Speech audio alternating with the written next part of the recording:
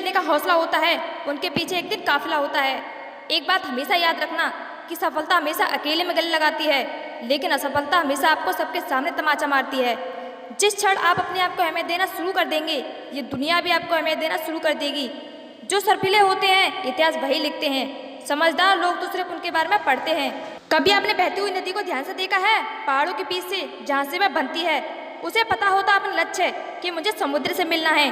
फिर चाहे रास्ते में हजारों बाधाएं क्यों ना आए, वह लगातार बहती रहती है। भले ही कुछ जगहों पर उसकी रफ्तार कम क्यों ना हो जाए, लेकिन वह रुकती नहीं है। अपनी सुरीली और मधुर आवाज के साथ बहती हुई अपनी मंजिल की ओर बढ़ती रहती है। चाहे कुछ भी हो जाए, अपने लक्ष्य को प्राप्त करके ही दम लेती है। सोचो, यदि नदी बीच में ही बहाना बना ले, हार कर बैठ जाए, थक जाए कि अब मुझसे और आगे नहीं बढ़ा जा रहा, तो क्या होगा? उसका पानी ठहर जाएगा और कुछ ही दिनों बाद सूखकर नष्ट हो जाएगा। आप सबकी जिंदगी में भी यही हो रहा है। यदि आपने सफल होने के लिए कोई लक्ष्य तय किया है, तो उस लक्ष्य तक पहुंचने के लिए पहली शर्त यह है कि ना भागना है और ना रुकना है, बस चलते रहना है।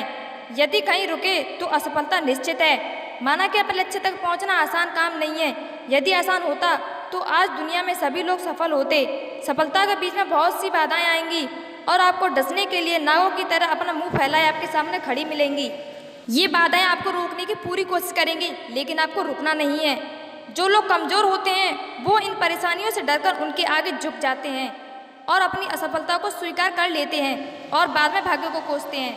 अब आप हमें बताइए कि आप हार मानने वाले हो, समस्याओं के सामने घुटने टेकने वाले हो, या फिर उठ खड़े होने वाले हो एक नई जंग के लिए, एक नई शुरुआत के लिए, अपने लक्ष्य को प्राप्त करने के लिए, अपनी ज़िंदगी में हर वो मुकाम पाने के लिए जिसके आप सिर्फ सपने देखते हो, जिसके लिए आपका इस धरती पर जन्म हुआ है।